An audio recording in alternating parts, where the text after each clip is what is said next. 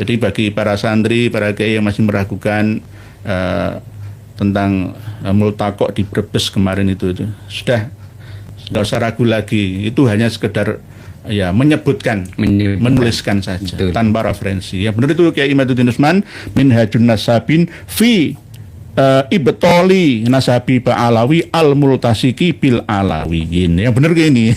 Ya benar ini. Ini 100% benar. Walaupun tidak berbahasa Indonesia, tapi insya Allah nanti akan diterjemah dan diedarkan ke seluruh rakyat Indonesia dan bahkan dunia. Jadi Ba'alawi sekarang Kiai sudah kepepet, nasabnya sudah terpojok, bahkan ya rungkat lah.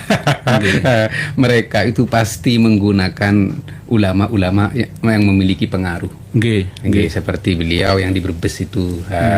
Terus Ali Ajum'ah sudah menjadi korban kedua kayaknya. Korban pertamanya Yusuf An-Nabhani. Itu korban semua, korban pemaksaan mereka. Prank itu. Seandainya Pak Jafar ini mau dirangkul mereka dikasih uang 1 M ya. Astagfirullah. Punya kebebasan berpikir Berpikir. Bahkan putra-putranya Syekh Abdullah Dartum itu ketika mendatangi dalamnya beliau biasa-biasa saja.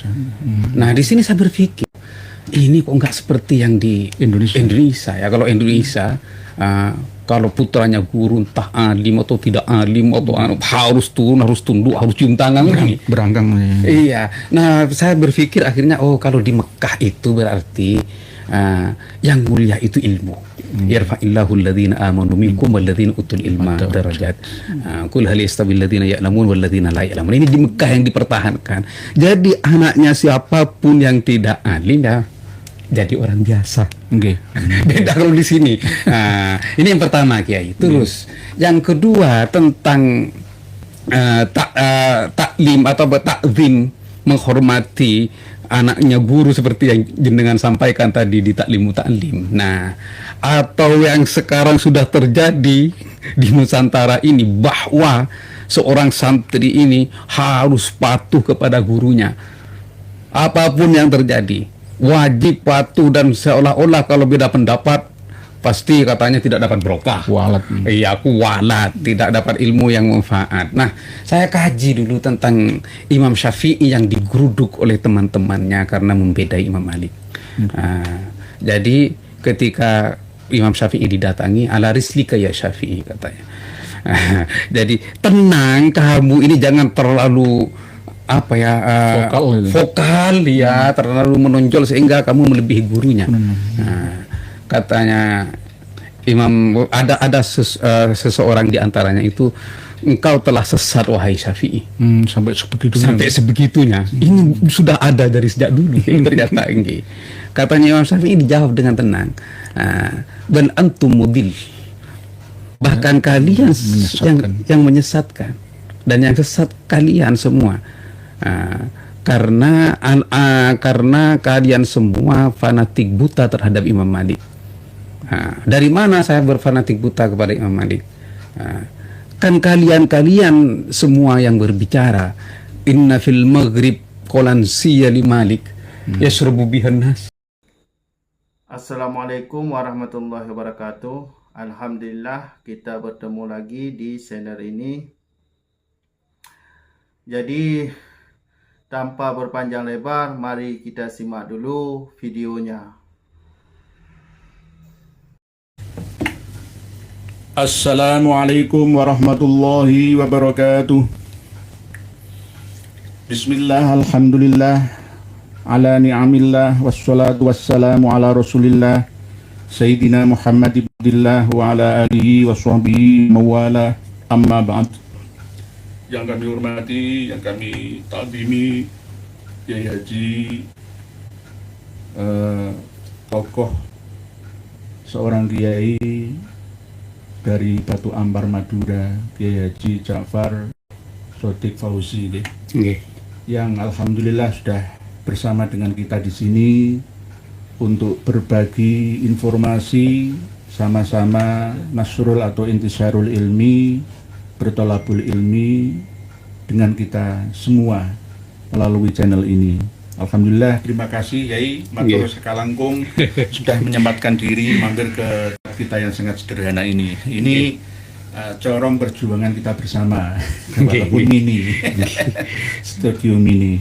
Matur Sakalangkung, Pak Yai juga kawan-kawan dari Tretan TV Ring Madura. Karena selama ini kita melihat perkembangan kesadaran Tretan TV Ring Madura masih lambat.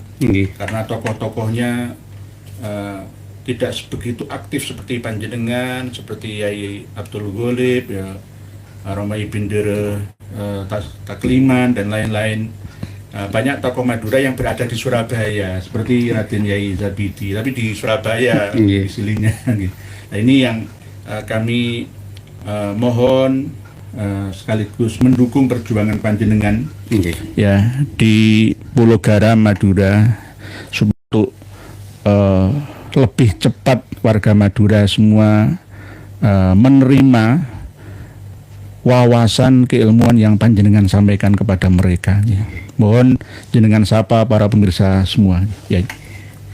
Assalamualaikum warahmatullahi wabarakatuh. Waalaikumsalam warahmatullahi wabarakatuh. Para pemirsa, para saudara kaum muslimin dan saudara-saudara kita sebangsa setanah air dan seluruh pemirsa dimanapun kalian berada, semoga hari kalian semua menyenangkan. Alhamdulillah. Amin. Kami diberi taufik hidayah sehingga bisa mampir suan kepada beliau ke Haji KRT Nur Ihya di studio lapangan medan perjuangan beliau untuk menyampaikan ilmu-ilmu dan pencerahan-pencerahan, pengertian-pengertian kepada umat Islam khususnya di Nusantara ini agar bisa menyikapi polemik nasab yang selama ini ya sedikit menguras tenaga dan pikiran kita untuk memilah mana yang benar dan mana yang salah. Alhamdulillah beliau dengan perjuangannya terus mengorbankan waktu, tenaga, bahkan kadang-kadang ya waktu dengan keluarga pun asing salah ya. Teman-teman ya istiqomalah bersama beliau untuk mengikuti beliau agar kita mendapatkan ilmu untuk masa depan kita sendiri dan masa depan agama dan masa depan bangsa. Terima kasih. Alhamdulillah, mukadimah yang beliau sampaikan sangat ringkas ya, padat berisi. Isinya adalah untuk memberikan semangat kepada kita semua untuk terus mengaji dan mengkaji tentang silsilah nasabah Alawi. Walaupun sudah 3 tahun berjalan sampai sekarang ini, tetapi masih banyak saudara kita yang belum menerima informasi ini ya. Apalagi Mukibin itu masih keras hati gitu loh. Dan menuduh Panjenengan itu sakit hati, iri dengki gitu. Wah, malah neo PKI. Mana ada santrinya Said Alwi Al-Maliki, Muhammad bin Alwi Al-Maliki neo PKI, mana ada. Nah, ini kan ada isu ya yang sebenarnya sudah lama ya. Said Ahmad bin Muhammad bin Alwi Al-Maliki yang katanya mengisbat nasabah Alawi itu dijadikan dasar kelas ulama-ulama besar dari Duriyah Nabi melalui jalur Al-Hasani saja mengisbat Pak Alawi. Kebiasaan mereka itu ya seperti itu, comot-comot klaim-klaim ini. Nah, ini menurut Panjenengan bagaimana, dan mungkin Pak Yai Ja'far, Sotik, Fauzi sampaikan kepada seluruh pemirsa tentang pengalaman Panjenengan, mungkin cerita dari keluarga Said Muhammad bin Alwi Al-Maliki di sana. Monggo ya. Baik, terima kasih Yai. Sama-sama. Isbat dan pengakuan itu beda. Isbat dan fatwa itu juga beda. Apalagi hanya sebatas pernyataan. Jadi saya juga sudah 3 hari ini Kiai, banyak yang japri kepada saya, baik dari Jember, dari Jawa Barat, dari Jawa Tengah, memang bertanya tentang sikap saya dan tanggapan fatwa Multaqo Brebes itu yang di framing. Ini orang yang agak sadar Kiai, menganggap di framing. Yang tidak sadar ya menganggap ini penetapan. Penetapan. Ada yang setengah sadar, setengah enggak, menganggap ini ikror. Terus saya jawab satu persatu. Alhamdulillah, banyak yang ya terima kasih biar saya punya pedoman dan pegangan apa itu fatwa yang di Brebes itu, seperti apa bentuknya dan bagaimana cara kita menyikapinya. Begitu. Jadi itu kan hanya merupakan fatwa gitu. Nah, setiap ilmu itu dengan konsepnya dan metodenya dan istilah dan kawaidnya. Misalnya sekarang ilmu hadis itu ilmu yang mustaqillah, yang berdiri sendiri dengan kaidah dan istilah-istilahnya. Dan juga ilmu fikih seperti itu, dengan kaidah-kaidah dan istilah-istilahnya yang berdiri sendiri. Nah, nasab juga, walaupun nasab ini tumbuh dari sejarah, maka ilmu nasab ini berdiri sendiri dengan kaidah dan istilah-istilahnya. Nah, sekarang kalau fatwa digunakan untuk menjadi metode isbat nasab itu ya jelas tertolak. Tidak bisa, karena metode isbat nasab sudah ditentukan dan disepakati oleh para pakar-pakar nasab dan ulama-ulamanya. Metode nasab yang seperti tercatat dalam kitab Rosail fi Ilmil Ansab, terus Al-Kafi Al-Muntaha fi Ilmil Nasab, terus Muqaddimah dan Usul, itu semuanya walaupun kadang-kadang beda bahasa, beda narasi, tapi metodenya itu tidak jauh beda di antara satu dengan yang lainnya itu Kiai. Nah, saya jelaskan kepada para kiai atau para gus yang langsung japri saya menanyakan tentang sikap dan tanggapan fatwa Multaqo Brebes itu. Jadi saya sebelum menyampaikan apa penjelasan saya bilang kepada beliau-beliau, As-Sayyid Ahmad bin Alawi Al-Maliki itu adalah guru saya. Jadi alal ain waros, katanya orang Arab. Iya. Sam'an wa ta'atan, hormat dan takdim kepada beliau. Sama ini halnya dengan Imam Syafi'i. Ketika beliau hendak mendirikan madhab, Imam Syafi'i setiap ditanya bagaimana tentang madhabnya Imam Malik, amma Malik fahu syaihi. Imam Malik itu adalah guru saya. Tapi walakin li ijtihad walahu ijtihad. Jadi bagi saya adalah ijtihad saya dan bagi beliau adalah ijtihad beliau. Amma usul syar inda Imamuna Malik, jadi usul pondasi syariat bagi Imam Malik, imma ya'khud bil Qur'an, katanya Imam Syafi'i, wa imma ya'khud bil ahadis wa yatrukul Qur'an, wa imma yatrukul ahadis wa ya'khud bil Qur'an, wa imma yatruk keduanya dan mengambil dengan aqwalus sahabat. Kadang-kadang semuanya itu ditinggal, mengambil dengan adat ahli Madinah. Ini katanya Imam Syafi'i. Itulah pedoman bermadhab Imam Malik. Adapun Imam Malik ya syaihi, tetap beliau takzim dan hormat tinggi. Nah, amma syar'u indi fahuwa arba'. Adapun syariat bagiku, katanya Imam Syafi'i, itu adalah 4. Alkitab yaitu Al-Quran, wal ahadis yaitu sunnah. Kalau tidak ada di Al-Quran, tidak ditemukan di Al-Quran, ya hadis. Tidak ditemukan di keduanya, baru al-ijma.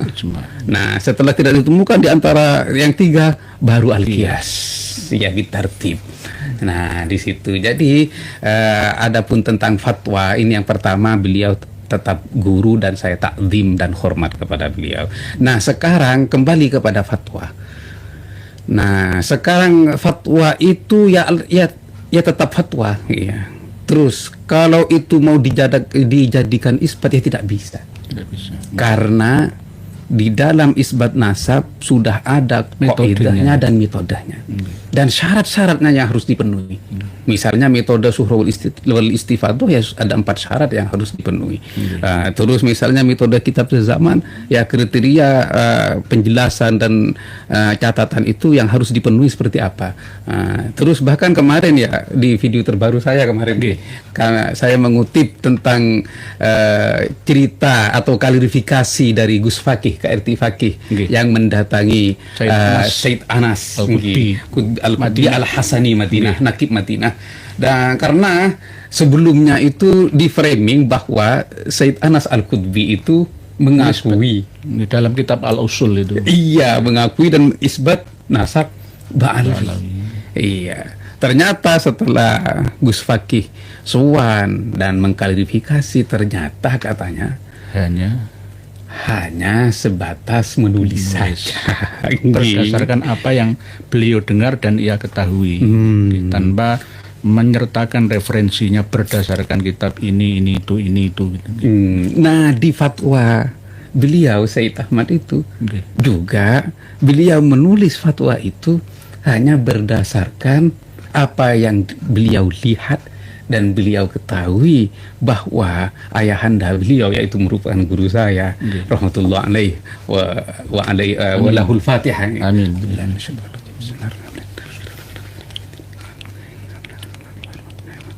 Jadi menurut apa yang beliau ketahui dan beliau lihat dan beliau saksikan bahwa hubungan baik antara ayahanda beliau Sayyid Muhammad bin Alawi Al-Maliki dengan para habaib. Mertuanya itu habaib. Mertuanya.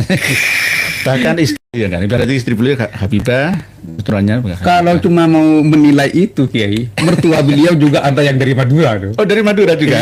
Subhanallah. Istri beliau Madura. Pamekasan juga. Pamekasan malah. Kan dulu malah juga saya sampaikan, kalau memang ikatan keluarga itu menjadi isbat nasab, maka orang Madura menjadi Duriyah semua.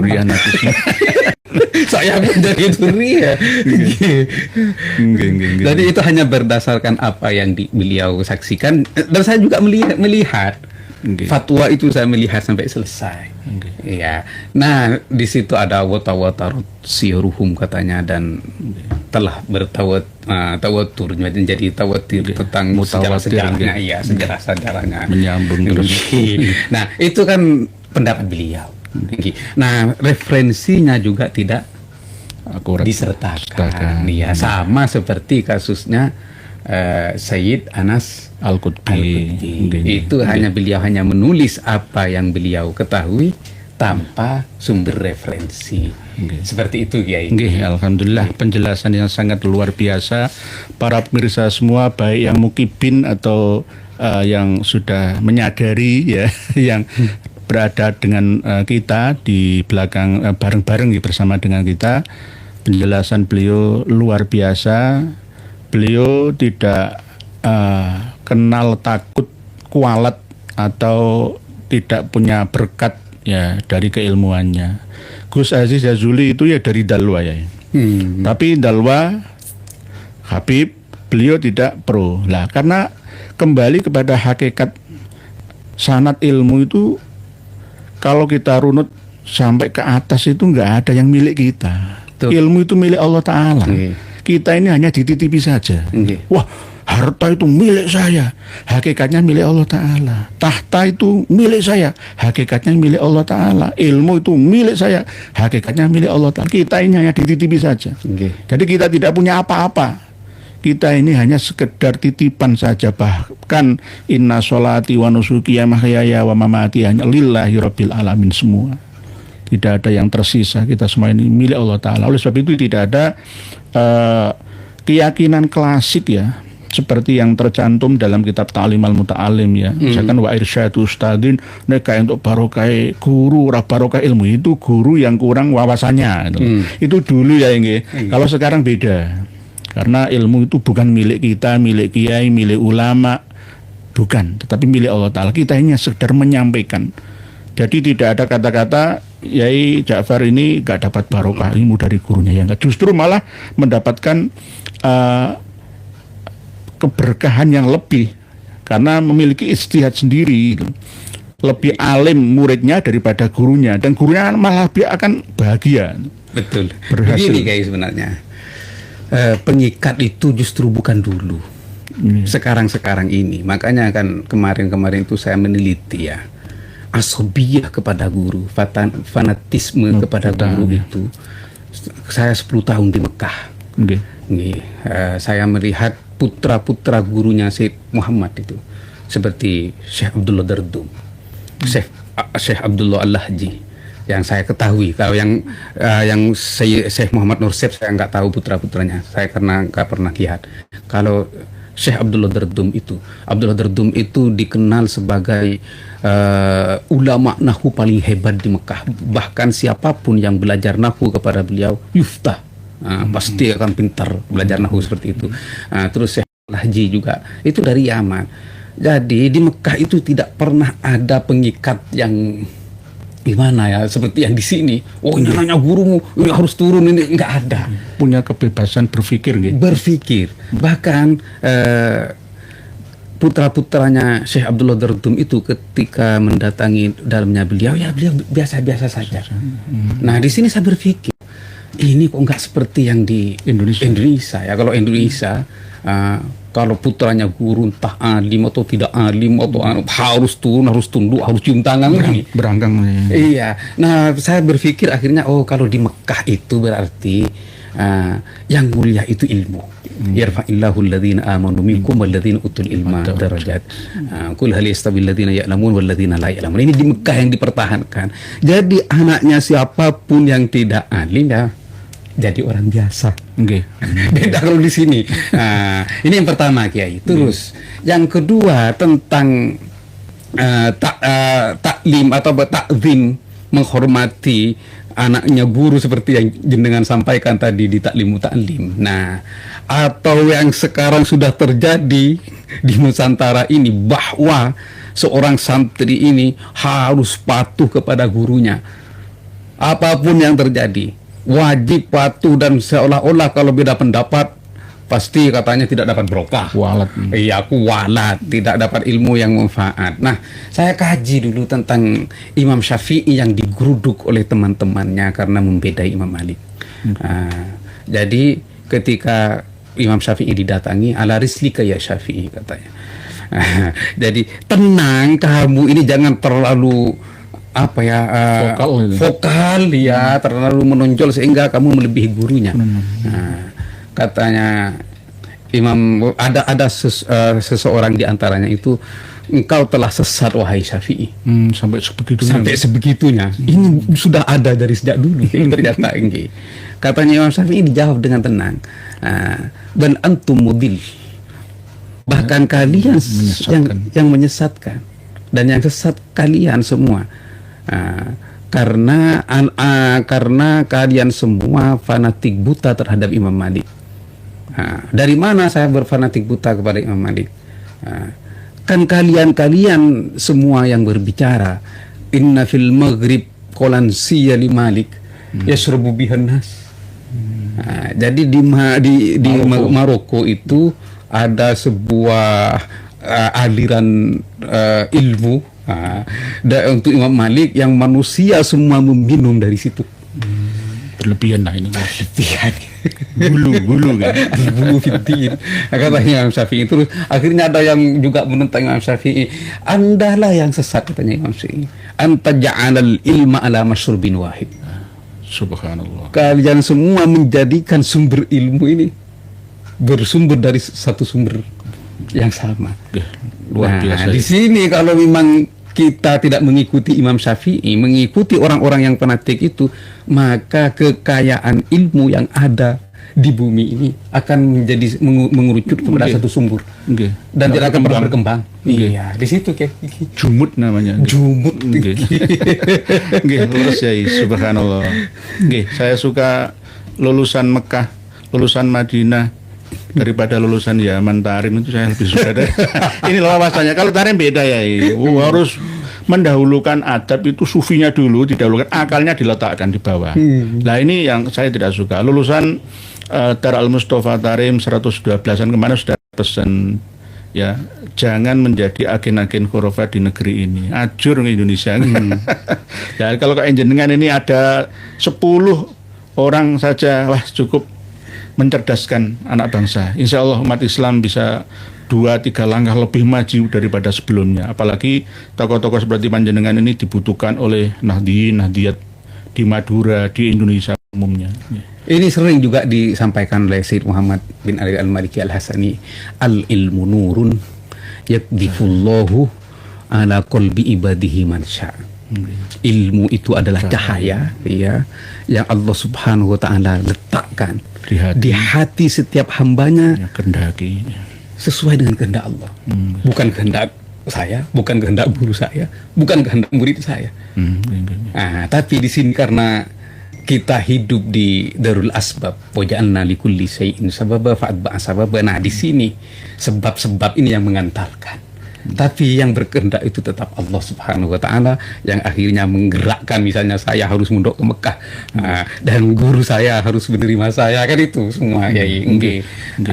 Jadi benar, ilmu itu adalah minnah langsung, pemberian langsung dari Allah Subhanahu wa taala, dan tidak ada orang yang berhak untuk apa ya bahasanya, kalau bahasa Indonesianya itu nggak boleh, oh kamu belajar sama saya jadi kamu harus tunduk sama saya, nggak ada seperti itu. Ya, matur suwun sangat. Ini hampir sama seperti kasus-kasus yang terjadi ya, baik di Indonesia ataupun di luar sana, luar Indonesia ya. Perbedaan pendapat antara guru dan murid itu sudah biasa sebenarnya. Kalau di Indonesia ini ada satu pondok pesantren modern Gontor itu, bahkan justru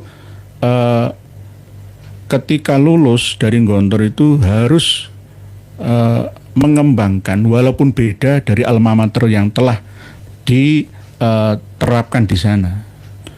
Pintu ijtihad itu tidak akan pernah tertutup, karena kita nanti lulusan Gontor itu akan menghadapi problematika zaman yang berbeda dari sebelumnya. Jadi pesantren modern harusnya ditiru oleh pesantren-pesantren salaf yang lain. Jangan terlalu mengengkang, mengungkung pemikiran santri lulusannya yang di bawah alma maternya. Karena kita hidup sekarang beda dengan waktu dulu kita. Jadi nanti sidik gak barokah lah, itu akhirnya orang takut itu loh, takut untuk berpikir, nanti akalnya buntu, jumut itu tadi kaku, terus akhirnya keras membatu, nggak berkembang. Iya. Jadi saya ya memang takjub kepada bahsul masail yang diadakan di Lirboyo, santri-santri. Wah, secara usulnya itu, pertanyaannya itu pokoknya hebat-hebat lah. Saya sering lihat Bahsul Masail Situgiri, Bahsul Masail Lirboyo. Tapi kemana mereka santri-santri yang hebat itu yang bertanya di saat Bahsul Masail itu setelah pulang?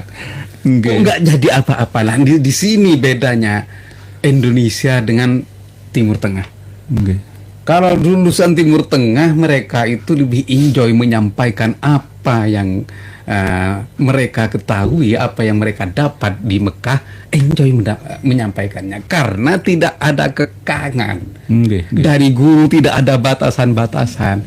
Sebenarnya ya, kalau saya lihat santri-santri itu banyak yang potensial untuk mengembangkan dakwahnya, pengetahuannya, tapi setelah pulang pondok ya karena terkekang, katanya jenengan tadi, dikangkang, dikongkong, pokoknya ya akhirnya santri-santri tetap takut mau berkarya, takut mau menyampaikan dakwahnya, takut. Jangan begitu, beda politik aja langsung nggak mau beda cuma guru, kewalat, nggak dapat berkah. Ya akhirnya santri-santri itu ya nggak bisa ngapa-ngapain. Iya, nah seperti ya mungkin saya juga meneliti, Kiai, Indonesia ini memang yang mengislamkan Indonesia itu adalah Wali Songo. Tapi setelah Belanda, karena Utsman bin Yahya yang kiai-kiai yang cari aman atau mengamankan saudara-saudaranya itu ikut Utsman bin Yahya. Nah, di sini ada transisi budaya, baik budaya ngaji dan mengajar. Nah, di sini dirubah. Akhirnya terkontaminasilah kita semua dengan metode dakwah dan belajar mengajar mereka. Nah, tadi menarik kata jenengan, kalau di Yaman itu lebih dikedepankan sufinya daripada ilmunya.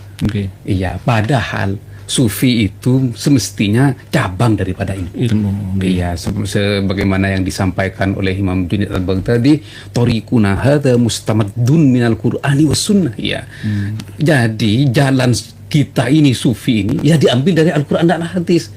Nah, di sini dibalik menjadi pikir balik akhirnya. Sufinya yang dikedepankan ya akhirnya khurafat dikira karomah. Yang akhirnya disalahpahami saudara-saudara kita yang di sini ya.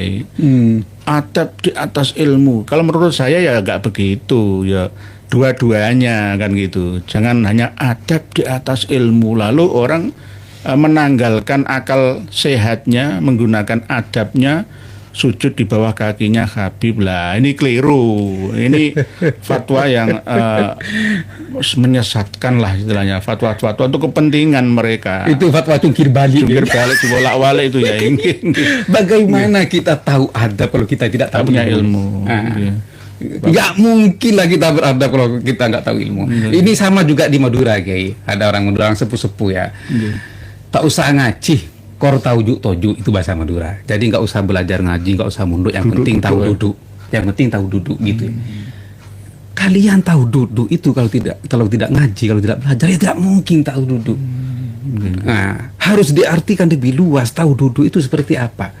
Nah, kalian itu tidak akan bisa duduk dan tahu duduk itu kalau kalian tidak ngaji. Misalnya sekarang disuruh duduk di musola, kalau tidak punya ilmu, kalian nggak bisa duduk, paling lari takut karena takut disuruh doa, suruh baca. Kalau nggak tahu kan lari ya, takut. Nah ini loh yang harus kita ketahui. Kalian nggak bisa duduk di masjid atau di panggung kalau kalian tidak punya ilmu.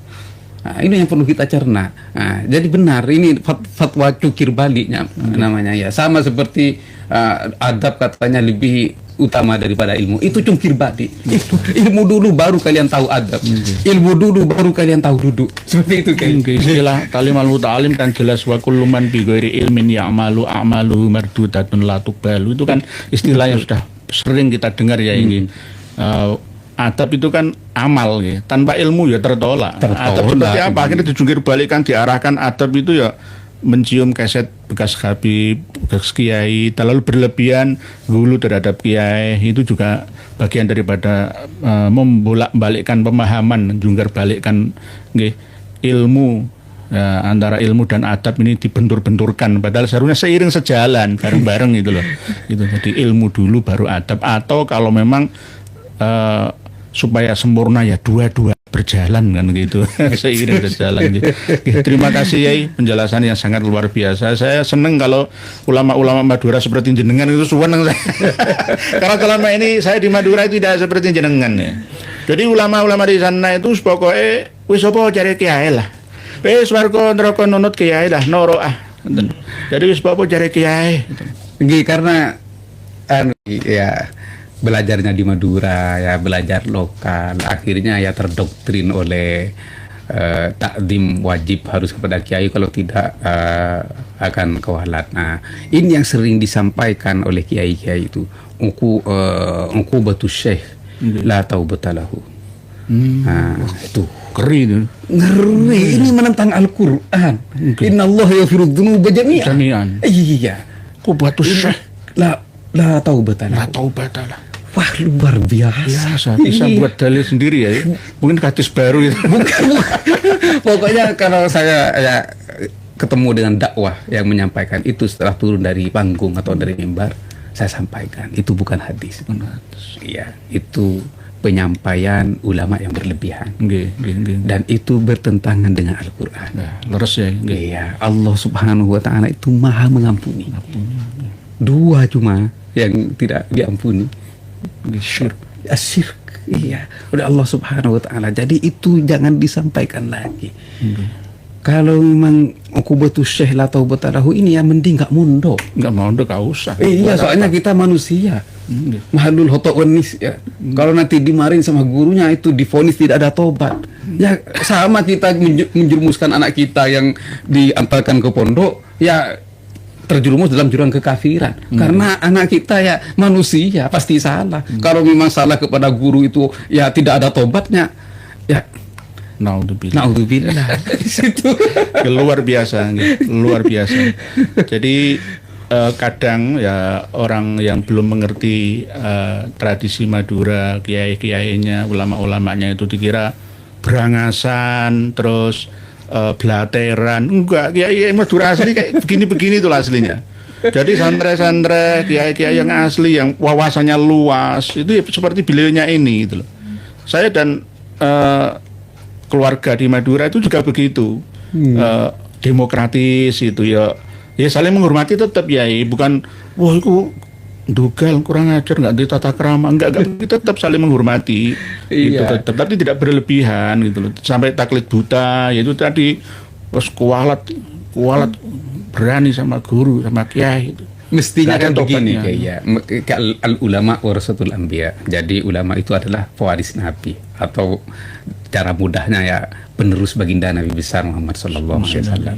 Kalau kita penerus baginda Nabi besar Muhammad sallallahu alaihi wasallam, tentu kita ini harus mengaplikasikan dakwah, penyampaian, amalia baginda Nabi, walau tidak harus 50% lah, jangan bermimpi 90%. Walaupun tidak 50%, hanya 20% atau 30%, ya harus mencontoh amalia dakwah baginda Nabi besar Muhammad sallallahu alaihi wasallam.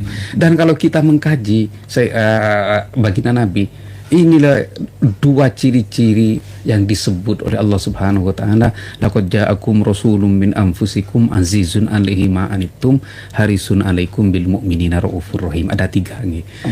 Azizun 'alaihi ma anittum. Kepedulian yang sangat tinggi atas kesengsaraan kita semua. Harisun 'alaikum, rasa ingin yang sangat kuat untuk menyelamatkan kita semua. Bil mu'minina raufur rahim. Tiga ini terhadap orang mukmin sangat penyayang. Jadi kalau kiai tidak bisa mencerminkan tiga sifat baginda yang disebut khusus oleh Allah Subhanahu wa taala dalam satu ayat ini, bagaimana kita mengaku atau mengklaim pewaris Nabi? Tidak azizun alaihi ma anittum, tidak harisun alaikum, tidak raufur rahim. Jadi kalau di Mekah itu ya, banyak, kemarin ada yang nanya kepada saya, santrinya Syed Muhammad itu kok nggak ada yang kawalan? Ya karena Syed Muhammad itu mencontoh Nabi. Syed Muhammad itu walaupun ada santrinya yang agak beler nakal, beliau itu justru menyayangi dia. Bahkan kadang-kadang yang beler-beler itu didoakan terus sama beliau. Akhlaknya luar biasa. Akhlaknya luar biasa. Kadang-kadang yang dekat itu yang tidak didoakan malahnya. Nah, ini raja di rahasia umum lah di santri-santri Asofa itu. Kadang yang terkenal dekat sekali, pulangnya itu kadang-kadang banyak musibah. Malah ya. Yang benar-benar nakal-nakal, kadang-kadang yang hanya supir. Ini pondoknya besar gitu. Barokahnya. Ya mungkin ini karena sudah mendapatkan keistimewaan di sana menjadi santri terdekat. Yang ini yang benar-benar ini karena jauh ya sering didoakan. Ini yang sukses justru. Ini kemarin juga ada teman saya dari Mojokerto. Iya, Abu Hanifah, sudah tua beliau ini saya temanmu itu sing akrab kerawakmu. Iya siapa ya, itu sekarang lagi gagal ginjalan. Ya insyaallah tak doakan ya, salah saya nanti kalau ada waktu saya sowan ke sana. Ini kok iya iki sing arek sing deket-deket kalau Abu ya iku pulang biasa dapat musibah ini penyakit. Saya ini nyopir loh. Luar biasa, karomah ya. Iya, saya ini nyopir di sana, saya jarang ngaji. Saya nggak ikut ngaji, saya kadang-kadang ya nggak pernah belajar 1 bulan. Alhamdulillah pondok saya jalan. Ya alhamdulillah punya mobil ini. Aduh ya Allah ya. Iya saya baru ingat lagi ini. Ya, ini mitos ya. Tapi mitos hikmah insyaallah. Tapi bisa ilmiah ya. Iya, tetap bisa diilmiahkan itu. Alhamdulillah, subhanallah. Pengalaman maunah yang luar biasa. Ya, sudah kita dengar secara gamblang panjang lebar dari beliaunya, pengalaman beliau yang tidak mau hanya taklid buta, walaupun dari putra dari gurunya sendiri dan bahkan gurunya sendiri. Bukan berarti melawan atau Bukan. berani, bukan. Oke. Justru malah mengembangkan ilmu yang didapatkan itu loh. Kalau hanya sekedar copy paste saja dengan berarti nggak berkembang namanya. Kemarin ada yang memframing kayak berarti kalau Anda katanya masih ngotot menganggap nasab Ba'alawi itu bohong, palsu, tidak nyambung kepada baginda Nabi, berarti Anda itu secara tidak langsung membohongkan guru Anda. Siapa bilang? Enggak. Itulah asumsi. Itu kan asumsi kamu. Itu asumsi kamu. Soal ijtihad kita luas loh. Kalau dibahas sendiri nggak cukup waktunya gitu kan. Paling-paling ya sama seperti kasus yang di Al-Usulnya Sayyid Anas Al-Qutbi ya.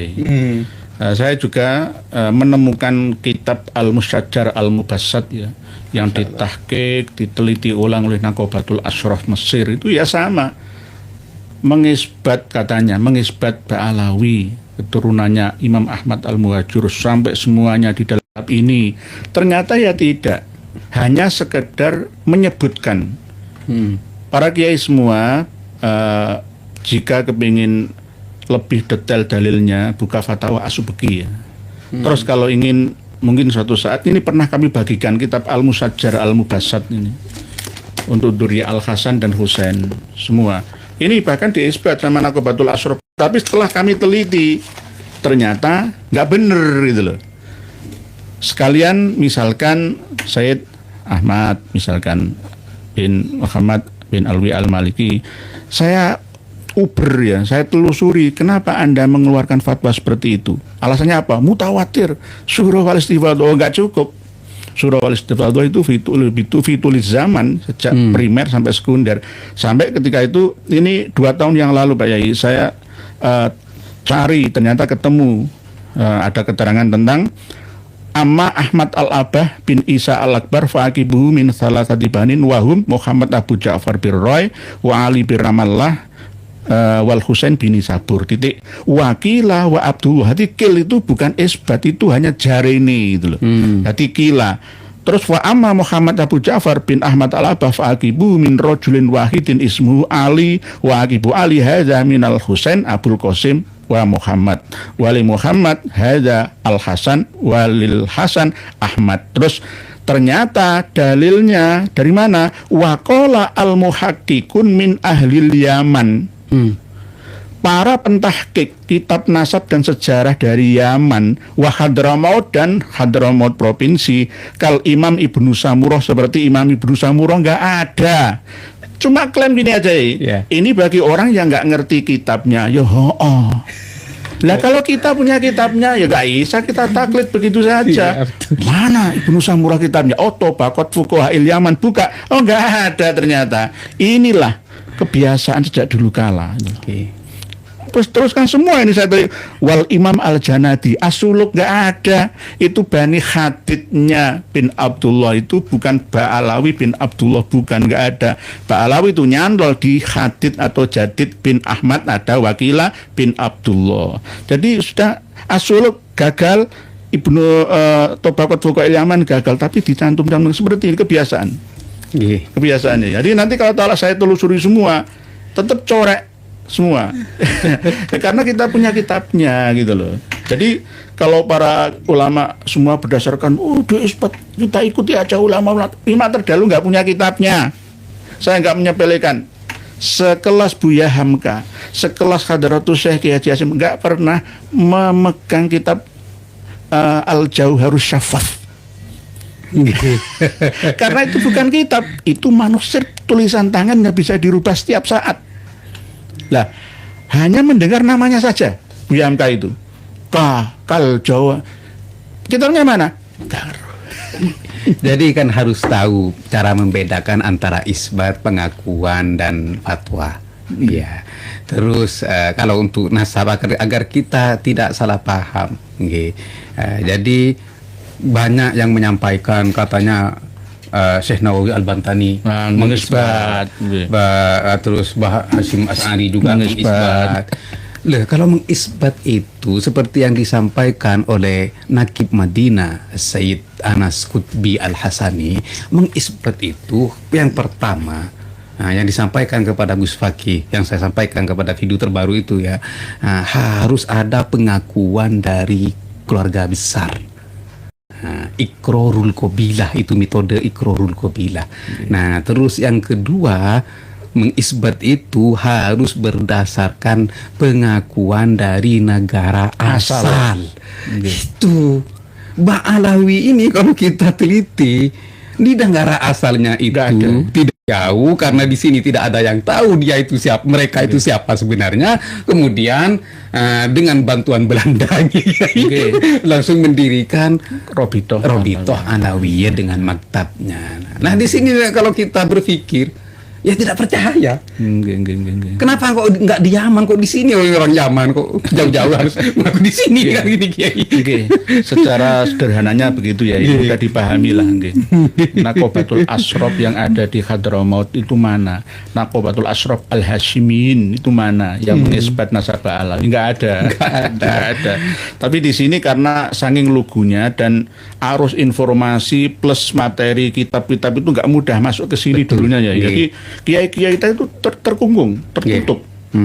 Oh, pokok kitab As-Suluk pada zaman penjajahan Belanda sampai Indonesia nggak ada kitab-kitab besar itu nggak bisa masuk ke Indonesia. Dulu mereka itu membatalkan Wali Songo kepada Abdul Malik Asmathon, karena dulu, mohon maaf, para Wali Songo dulu diasumsikan kan nyambung kepada Abdul Malik Asmathon. Nah, sudah sesuai dengan apa yang surat edaran Robitoh Alawiyah itu 11 Juni 2020 membatalkan dengan metode apa? Tidak terdata selama 600 tahun. Ya, catatan kita bersama atau yang mendekati. Dan ini sekarang ketika harus berbalik kepada mereka, metode ini dibatalkan mereka. Enggak, ini saya sering nyampaikan juga Pak Yai, Atmarkhon itu nggak ada.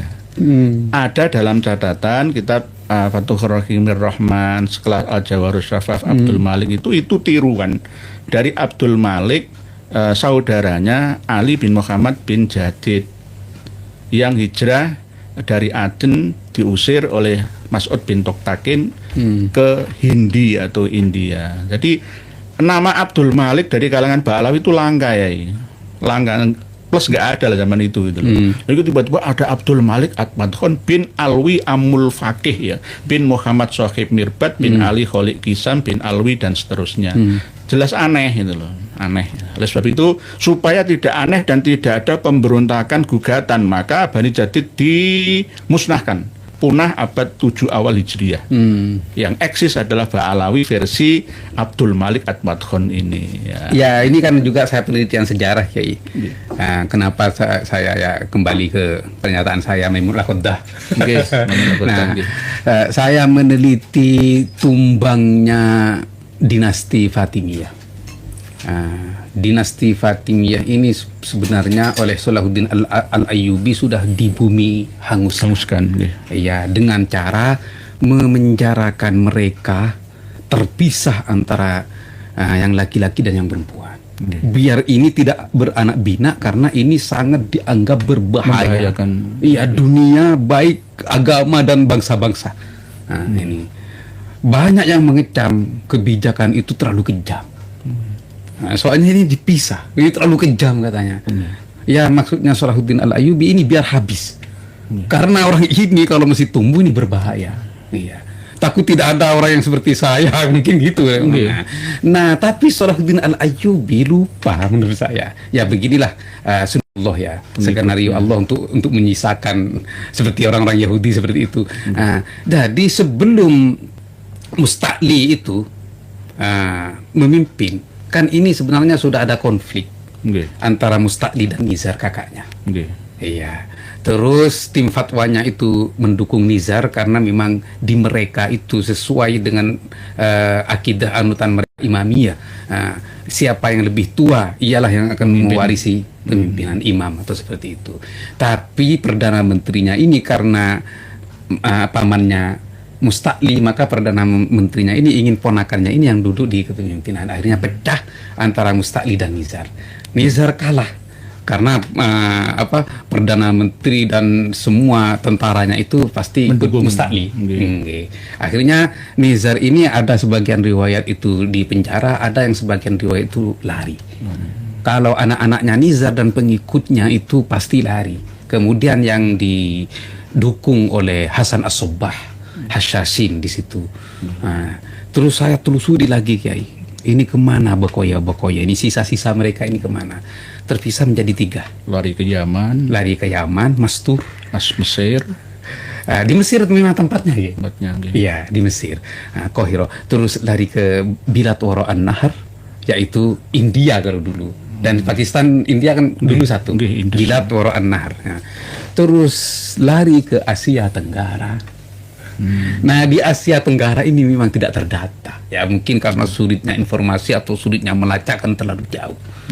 Di Asia Tenggara ini memang tidak terlacak. Nah, di Yaman yang Mastur ini bagaimana mereka ingin mempunyai istana baru yang tidak diketahui oleh pasukan Abbasiyah atau pasukan Utsmani setelahnya itu, bahwa mereka ini adalah bekas keturunan dan pengikutnya daulah dinasti Fatimiyah. Nah, di sini Mastur. Nah, keturunan-keturunan yang ada, istana-istana yang ada itu yang harus dihancurkan, kemudian dia menjelma menjadi mereka. Makanya kan semua itu Ubaid menjadi Abdullah, ini menjadi Ahmad Al-Habib, ini kemudian menjadi Ahmad bin Isa. Sama nama-nama Ahmadnya memang. Ahmad Al-Habib. Nah, kenapa dulu masjid yang katanya Ba'alawi itu yang masyhur dengan sebutan Masjid Ahmad itu Bani Ahmad kemudian berkamuflase menjadi Masjid Ba'alawi. Nah, di sini ya seperti itu.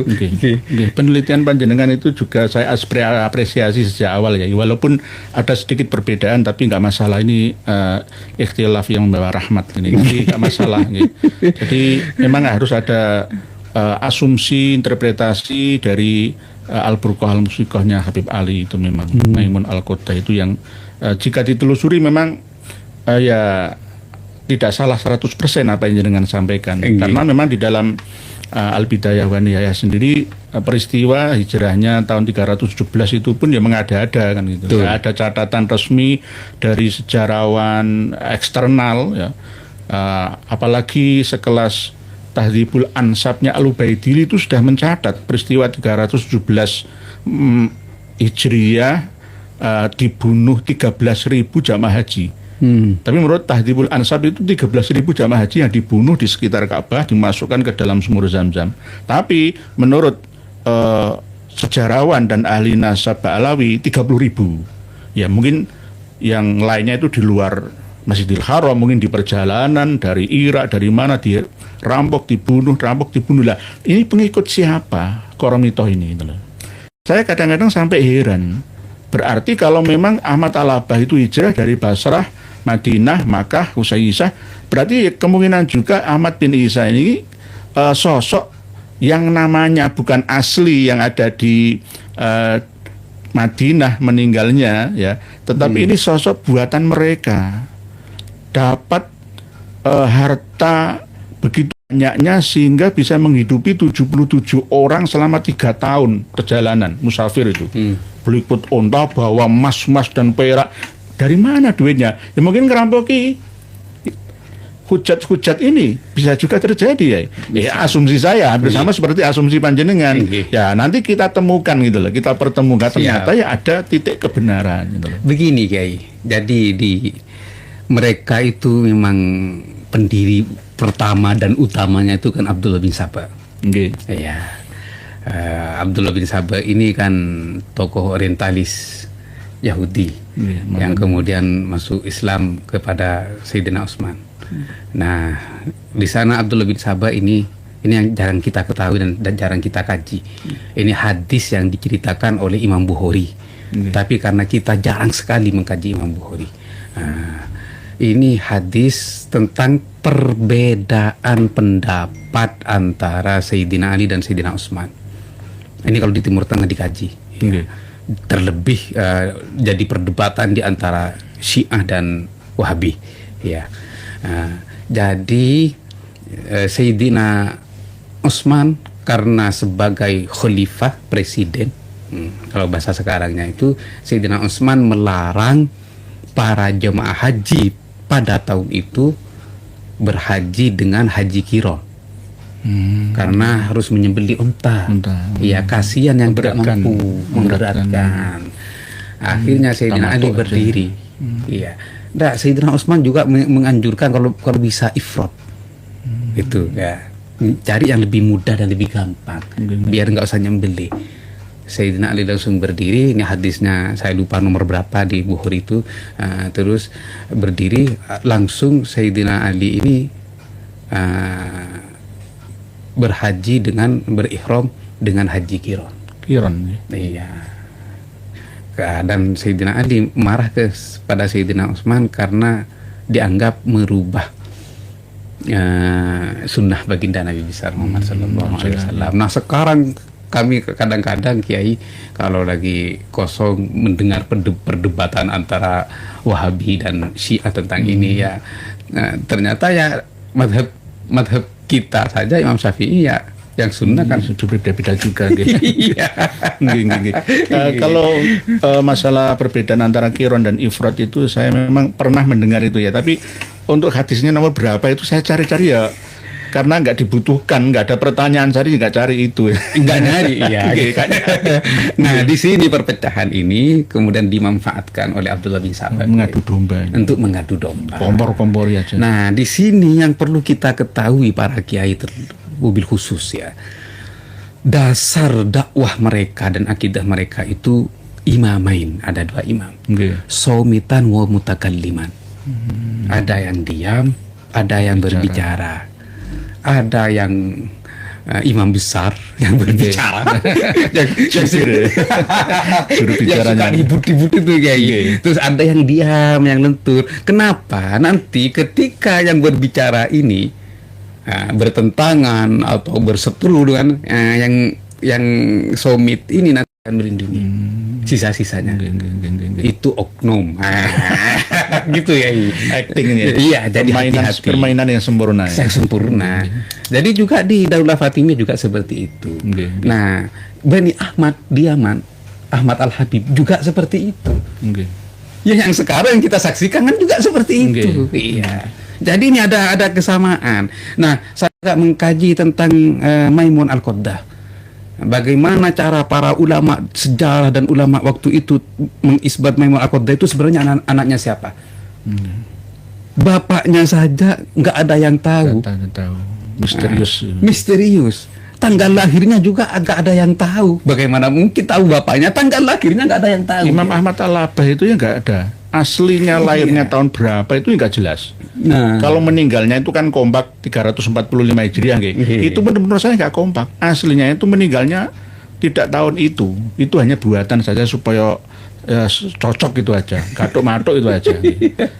Karena kalau 345, meninggalnya tidak di situ kok, meninggalnya itu di Madinah, ya. Di Madinah, jadi tidak pergi kemana-mana. Imam Ahmad Al-Abah An-Nafad loh, akhirnya dibuatlah ke Yaman menjadi Al-Muhajir kan itu. Saya bulanan ya itu mengkaji sejarah itu, ya. Makanya saya ya tidak mungkin lah cucu Nabi seperti ini. Memang bagi kita yang hidup basirohnya, akal sehatnya, tidak buta, tidak tuli, ya pasti bisa lah menganalisa.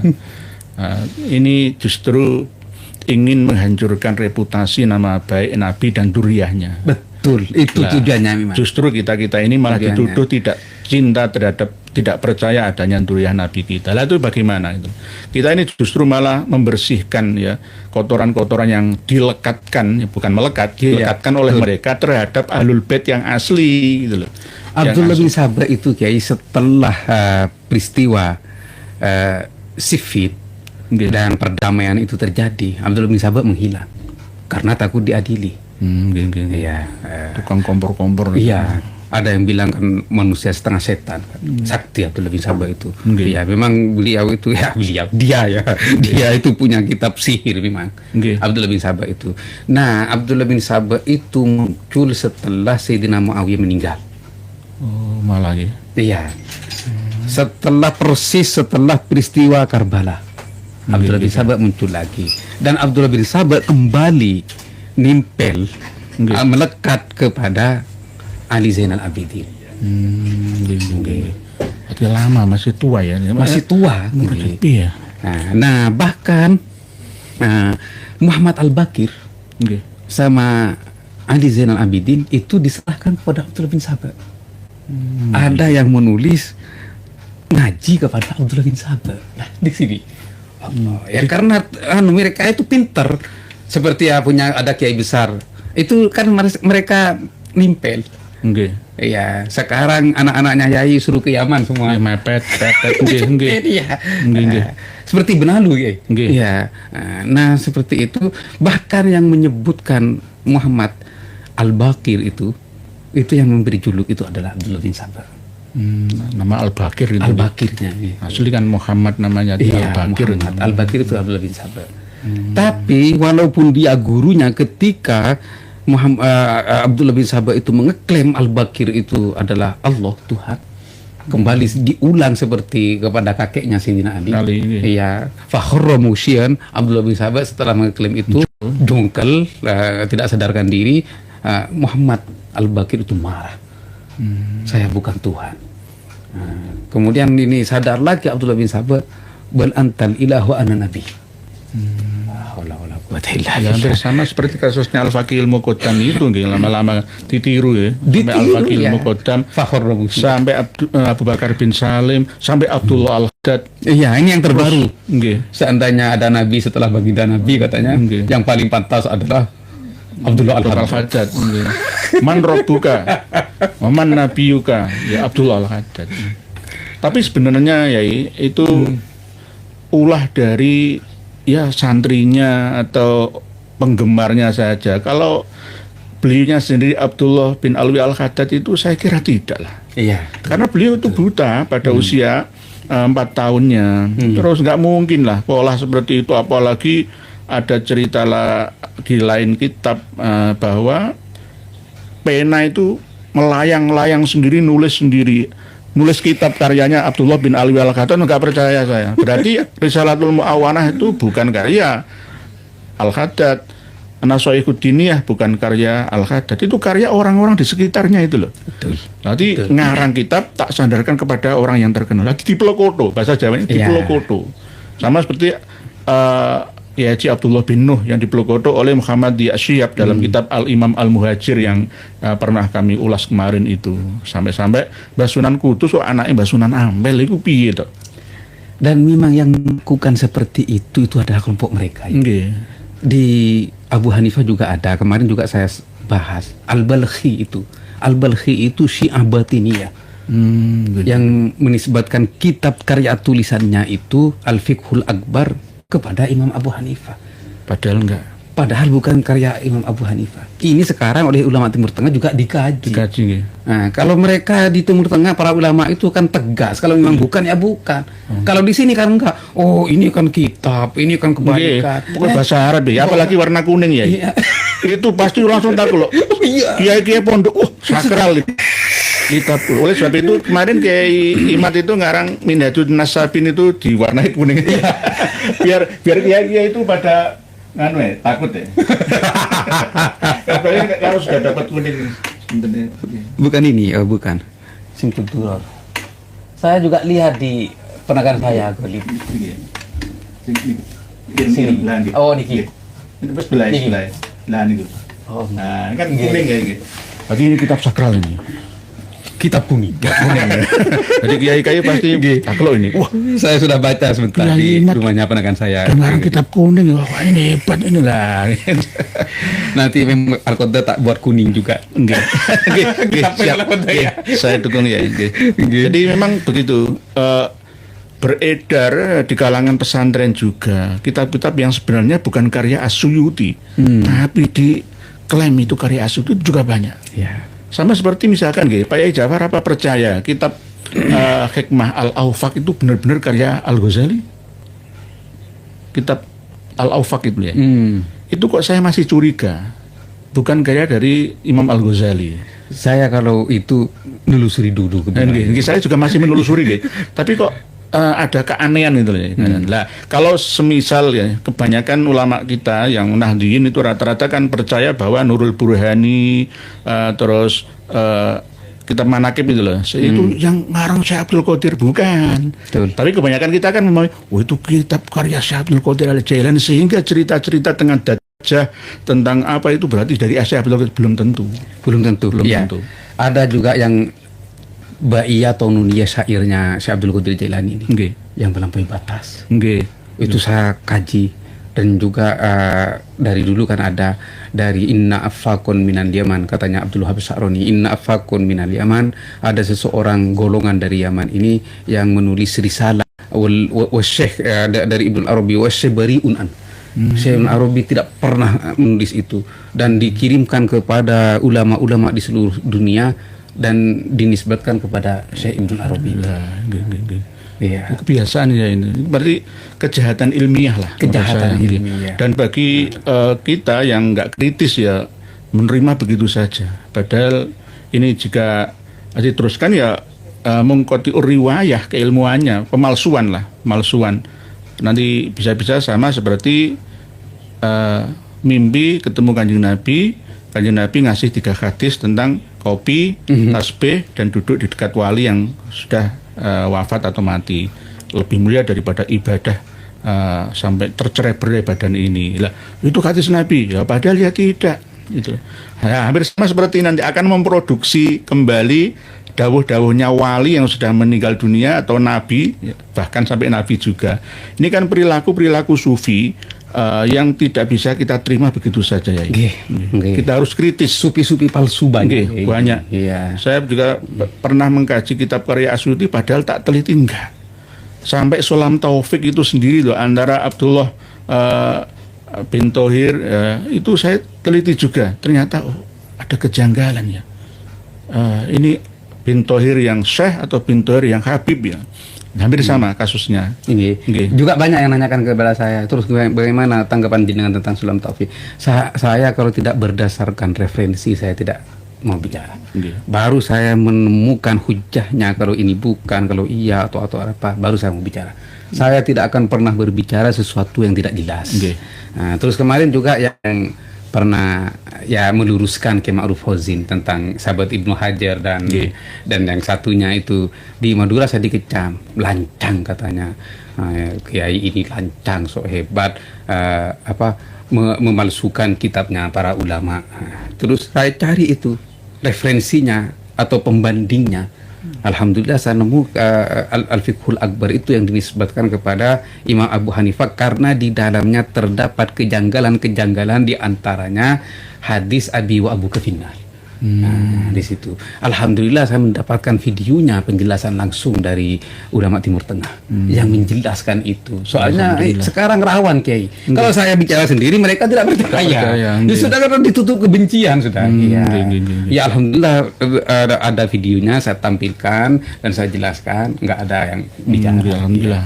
Mohon maaf ya kalau saya ini bukan orang yang kulino iri dengki ya. Dibandingkan Mas Ma'ruf Fauzin dengan jenengan itu lebih luas jenengan. Jadi tipe dari ulama NU yang jumut itu ya beliaunya. Kalau jenengan kan mencair ya, menggunakan kaidah al-muhafadzah 'alal qadimis sholih wal akhdhu bil jadil aslah. Betul-betul ya, tidak hanya masalah fikih saja tapi segala macam keilmuan. Masih mau menerima informasi terbaru yang dulu itu tidak ada, jenengan up to date. Jadi kalau Pak Yai Ma'ruf Fauzin itu enggak, jadi jumut, jadi ulama klasik lah, ulama pondokan saklek, ya iku gitu lah. Nah, ini mohon maaf, Kang Mas Ma'ruf Fauzin saya enggak ngerasani tapi ngomongi ya, supaya sama-sama ayo bertolabul ilmi. Masukan dari Romi Ja'far Shadiq Fauzi ini benar ya, jenengan harus mempertimbangkan. Karena sekarang ini banyak klaim-klaim sebiak itu kok kitab-kitab fikih tasawuf yang ada. Abnaul Imam itu loh, saya Indonesia rasa dunia itu karya dari Ibnu Toba palsu. Abnaul Imam itu karya dari Habib Yusuf Jamalul Lail. Asli namanya itu Abdul Masih fi Ansabi Ali Baitin Nabawi, tapi disuandarkan ke nama besarnya Ibnu Toba, Abu Muammar Ibnu Toba abad 5. Ada Abdullah, ada Muhammad, ada Ali, ada Husain, mengisbat Ba'alawi. Nggak ada. Ar-Raddul Jali 2 versi itu juga palsu ya. Nah, sama kayak jenengan tadi palsu, kok berani ngomong palsu? Nah, saya berani mengatakan palsu. Ar-Raddul Jali itu Hasan bin Muhammad Qasim yang ngarang itu ada hubungan dengan muridnya Alwi bin Thoir Al-Haddad Mufti Johor Bahru Malaysia, katanya surat-suratan. Sama seperti kitab Idhar karya Ahmad Fat'ak dari Oman kemarin itu katanya Sayyid Alwi bin Thoir Al-Haddad Johor Bahru Malaysia menyimpan manuskrip Tabaqatul Khawas yang mengatakan bahwa Syekh Ahmad bin Abdul Latif Asyirji Az-Zabidi itu mengatakan mengisbat Ba'alawi. Wah, nggak ada itu. Ada kemungkinan manuskrip Tabaqatul Khawas ditulis ulang, tangannya sendiri ditulis tangan gini, tapi ini loh karya Asyirji Az-Zabidi. Itu. Nah, mereka itu berani melakukan. Berani, enggak takut dosa lah. Iya, enggak takut dosa. Iya. Nah, hampir sama kalau di Ngampel itu ya, saya kan yang paling berani mengatakan cerita tentang Mbah Soleh yang makamnya itu ada 9 itu, kalau menurut saya enggak. Makamnya Mbah Soleh itu cuma 1, yang lainnya itu yang makam penjaga marbut Masjid Jami Sunan Ampel secara bertahap dari generasi ke generasi dimakamkan di tempat yang sama atas pesan dawuh dari Sayyid Ali rahmatullah. Jadi bukan wah itu karomahnya Mbah Sunan Ampel sehingga Mbah Soleh itu penjaga masjid mati urip. Enggak begitu. Nah, ini nanti dibumboni lagi ya. Karena apa? Itu hanya dibabat tutur tinular, tidak ada catatan kitabnya. Ini rentan, rawan dimasuki, disusupi oleh Ba'alawi yang suka ngarang-ngarang itu tadi. Luar biasa ya. Luar biasa. Jadi ini untuk yang sesi terakhir ini saya kan juga didesak oleh kiai-kiai supaya membuka hasil tes DNA dari Sayyid Alwi Al-Maliki. Saya sendiri sama Yai Imaduddin Usman yang mengetahui. Karena saya nggak mau terjadi gegeran. Walaupun saya sebenarnya tahu seperti kami tahu bahwa Sayyid Anas Al-Qutbi itu bukan syarif atau Sayyid asli, keturunan dari India. Al-Qutbi itu. Al-Qutbi yang asli di Mekah, Duriyah Nabi asli. Tapi Al-Qutbi yang Syarif Anas sama Syarif Ihab, adiknya itu yang ngarang kitab Al-Muntaqo fi Aqabil Hasan Al-Mujtaba itu keturunan India. Nah, ini saya buka. Tapi kalau yang Sayyid Muhammad bin Alwi Al-Maliki ini saya punya, tapi tidak saya buka. Yang penting tetap sesuai dengan jenengan saja. Jangan mudah percaya dengan hanya menyebutkan, menuliskan begitu saja tanpa mencantumkan, mengikut sertakan referensinya dari mana. Betul. Terus hidupnya yang ditokohkan itu pada tahun berapa? Surah Al-Istifadhah kok abad 10 bang, hidupnya abad 4, abad 5, abad 6, abad 7, abad 8, harusnya nyambung. Dalam Al-Jawabul Jalil itu kan ya juga ada keterangannya bahwa surah Al-Istifadhah itu tidak seenaknya langsung di saat itu saja. Ini kan bisa dibayar ya, saksi-saksi itu enggak semuanya mengetahui atau melihat asli bagiannya. Jadi masalah Sayyid Alwi bin Muhammad bin Alwi Al-Maliki dan Sayyid Ahmad bin Muhammad bin Alwi Al-Maliki ini kami punya datanya, cuma tidak saya baca, tidak saya sampaikan ke publik karena tidak diperlukan, nggak terlalu urgent lah untuk masalah ini. Intinya baik-baik saja. Saya percaya bahwa Sayyid Muhammad bin Alwi Al-Maliki ini adalah duriyah Nabi dari jalur Al-Hasani Al-Idrisi. Nah, kelemahan kita nggak bisa memaksa klan Al-Idrisi yang ada di Maroko itu kan 2 kali ya. Penguasa pertama Al-Idrisi yang berbeda dengan Al-Idrisi yang kedua di Al-Maghribiyah di Maroko itu. Nah, leluhurnya Sayyid Muhammad bin Alwi Al-Maliki ini yang kedua. Jadi dari Najd sebagian masuk ke Al-Maghrib itu dari ke Maroko itu. Nanti insya Allah nggak perlulah karena Sayyid Ahmad kemarin yang di Brebes itu nggak terlalu urgent, itu sudah kita patahkan dengan Al-Musajjar Al-Mubasat saja, itu sudah cukup lah itu. Jadi bagi para santri, para kiai yang masih meragukan tentang multaqo di Brebes kemarin itu sudah nggak usah ragu lagi, itu hanya sekedar ya menyebutkan, menuliskan saja. Betul. Tanpa referensi. Ya benar itu Kiai Imaduddin Usman, Minhajun Nasabin fi ibtoli nasabi ba'alawi al-multasiki bil alawiyin. Yang benar kayak ini. Ya benar ini. Ini 100% benar. Walaupun tidak berbahasa Indonesia, tapi insya Allah nanti akan diterjemah dan diedarkan ke seluruh rakyat Indonesia dan bahkan dunia. Jadi Ba'alawi sekarang Kiai sudah kepepet, nasabnya sudah terpojok, bahkan ya rungkat lah. Mereka itu pasti menggunakan ulama-ulama yang memiliki pengaruh. Seperti beliau yang di Brebes itu. Terus Ali Ajum'ah sudah menjadi korban kedua ya. Korban pertamanya Yusuf An-Nabhani. Itu korban semua, korban pemaksaan mereka. Prank itu. Seandainya Pak Jafar ini mau dirangkul mereka, dikasih uang 1 M ya. Astagfirullah. Bisa juga. Begitu kena prank. Saya Ali Goma atau saya Ali Jumal kalau bisa mengisbat itu dari mana? Ya intinya seperti ini. Kamakola Ibnu Samurah Al-Janadi Al-Iwaji Abdurrahman bin Ali bin Hasan, nggak ada. Saya telusuri kitab-kitabnya itu nggak ada. Yang mengisbat Ba'alawi itu nggak ada. Jadi jawabannya teman-teman hanya satu dari Qaidul Munasab. La ibrota bitakriroti man laisa lahu dirayah fi ilmin nasab. Jadi tidak dianggap pengakuan, tulisan atau bahkan fatwa dari seseorang yang bukan ahlinya atau pakarnya di dalam ilmu nasab. Seperti itu teman-teman. Terima kasih matur sakalangkung nggih Pak Yai Jafar Shodiq Fauzi atas ilmunya, semoga berkahi kepada kami khususnya dan umumnya para pemirsa dan pendengar semua di seluruh dunia.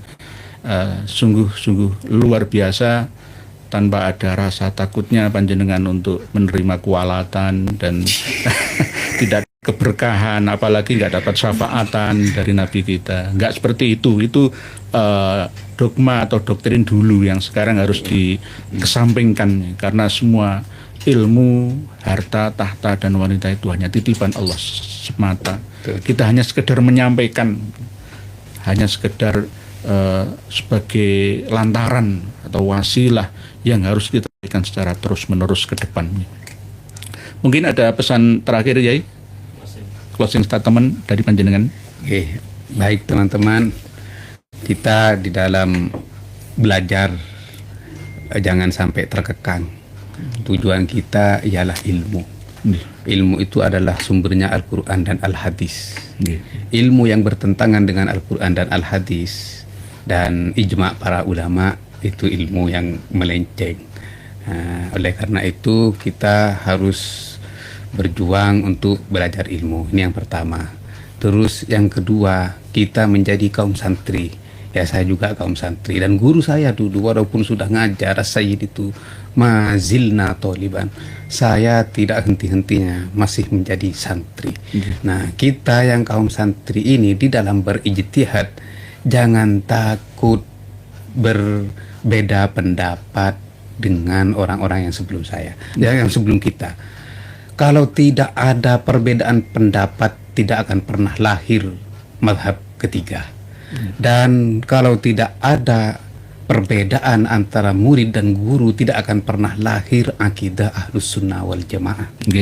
Imam Asy'ari, gurunya Al-Jubbai yang merupakan ayah tirinya. Jadi yang penting kita tetap takdim kepada guru kita, kita tidak menyakiti guru kita. Kalau semua akan diseret-seret, ya pasti bisa.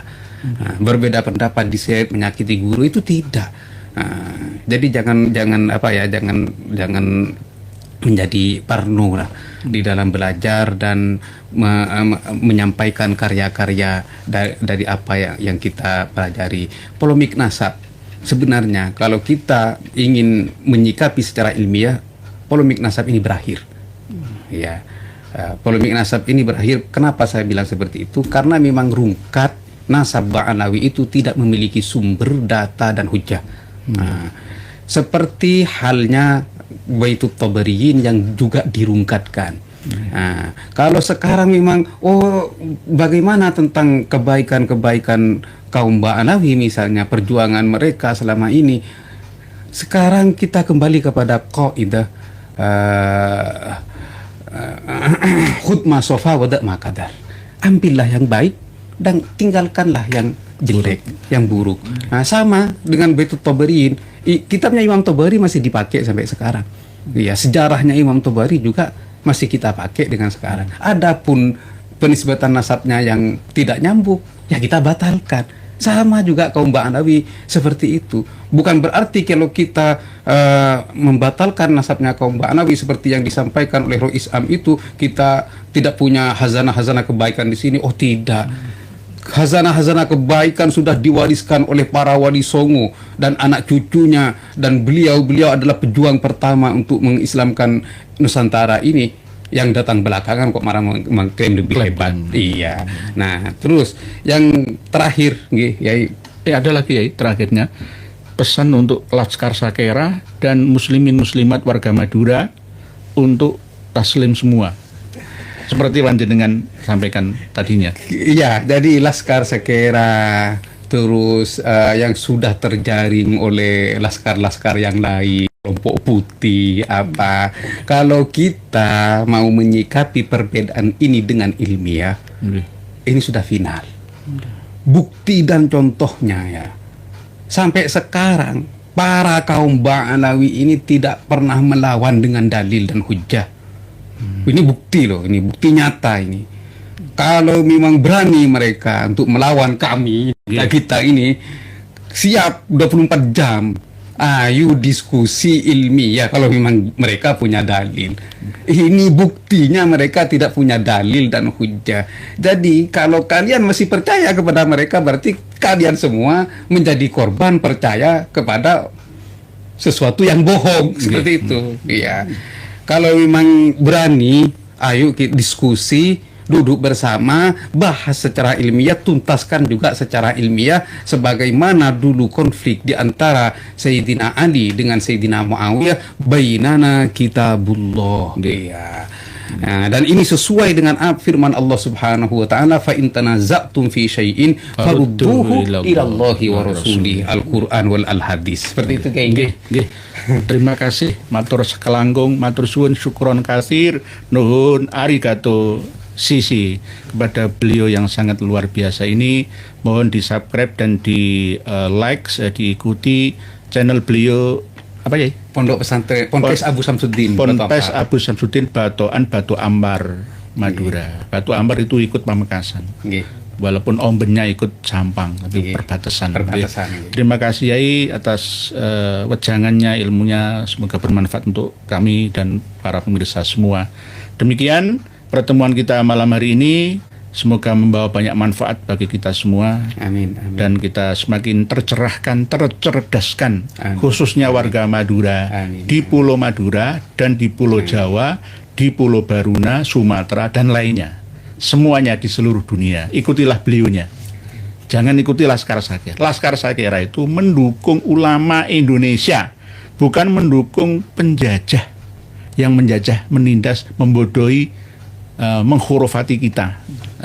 Kalau ada yang malah justru memusuhi kita, berarti bukan Laskar Sakera asli, itu palsu. Palsu hanya pakaiannya saja. Merah putih saja pakaiannya, tapi hatinya tidak putih. Demikian. Wallahu a'lam. Wassalamualaikum warahmatullahi wabarakatuh.